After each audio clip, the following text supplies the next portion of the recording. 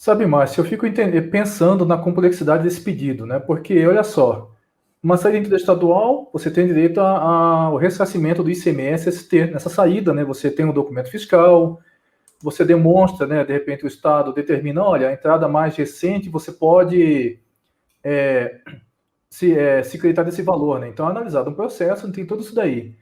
Daí, com o ressarcimento por diferença na base de cálculo, você vai ter uma operação, digamos, um recolhimento ou uma retenção do ICMS-ST lá atrás, de outro contribuinte, seja da fábrica, da indústria, da refinaria, e você vai ter que comparar com o preço final. Ali você vai ter o preço praticado.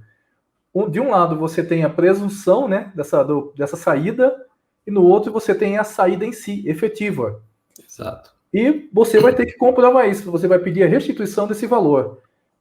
Como que os estados estão lidando com esse assunto, com esses pedidos administrativos? Muito bem. Essa é uma situação bem complexa mesmo e que, para muitos contribuintes, não vai ser tão simples assim entender toda essa sistemática, a não ser que tenha uma orientação a respeito disso.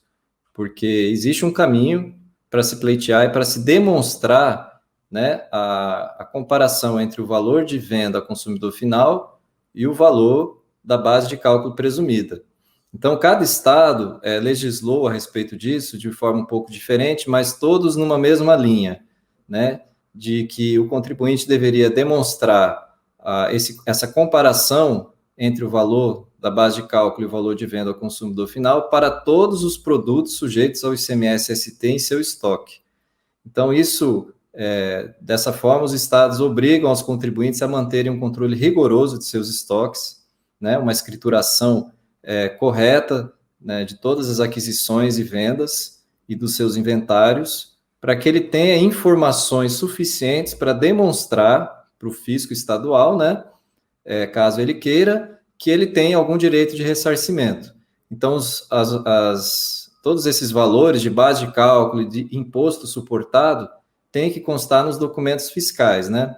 E note que se for uma situação de por exemplo, um mercado com uma circulação de muitos produtos e muitas mercadorias, isso gera uma grande complexidade para o contribuinte. Mas é a forma como os estados chegaram vamos dizer assim, a um denominador comum para viabilizar esse ressarcimento e evitar também simulações por parte do contribuinte, que poderia muito bem, por exemplo, adotar uma sistemática de reduzir o preço de um produto e aumentar de outro, por exemplo. Então, ele tem que demonstrar de todas as mercadorias para não haver esse tipo de manipulação de preços no mercado. Então, se ele quer pleitear o ressarcimento, ele faz o seu controle de estoque, apresenta um demonstrativo, que pode ser na forma de uma planilha, de um arquivo digital, né, ou de uma formatação que cada estado possa definir de que maneira vai ser, mas ele tem que demonstrar essas operações no conjunto por mercadoria e dentro do período em que ele está pleiteando o ressarcimento. Então, é uma sistemática bastante complexa, né, e que, assim, merece aí, para quem tiver interessado em pleitear o ressarcimento, se deter com mais tempo e com mais atenção sobre como fazer essa demonstração.